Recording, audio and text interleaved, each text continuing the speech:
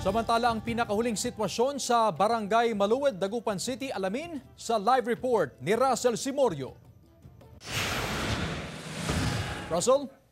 Chris, hindi pa tapos ang perwisyong dulot ng masungit na panahon dito sa may Dagupan City. Live tayo dito sa may Sitio Fisheries sa Barangay Maluwed at sa mga oras na ito ay patuloy pa rin tayo nakakaranas ng pabugso-bugso at malalakas na buhos ng ulan. Ipakita ko lang sa inyo yung sitwasyon ng mga residente dito sa may Sitio Fisheries. Mapapansin natin na may bahagyang pagtaas ng tubig kaya't yung mga kabahayan dito, mapapansin natin may mga kanya-kanyang mga tulay na gawa sa kawayan.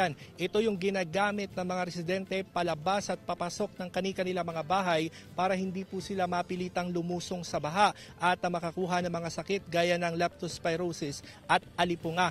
Yun nga lang yung problema rito, yung mga residente naman na walang mga tulay na gawa sa kawayan, sila yung napipilitang gumamit ng balsa papunta dito sa may kalsada. Wala namang magiging problema sa kalsada dahil though basa siya pero wala namang namuong tubig. Silipin pa natin ang latest situation sa mga national highways dito pa rin sa Dagupan City, madadaanan at possible sa lahat ng mga sasakyan dahil walang baha ang Arellano Street, A.B. Fernandez Avenue maging ang MH Del Pilar. Yun nga lang, doon sa may banda ng Tapuac District ay may mga stagnant water doon na maaaring makasagabal doon sa biyahe ng mga light vehicles. At last week, sa mga nakarang araw, nagsagawa naman ng meeting at inspeksyon ang lokal na pamahalaan kasama ang Department of Public Works and Highways. Umikot sila sa mga low-lying barangay dito sa Dagupan City at ininspeksyon yung mga lumang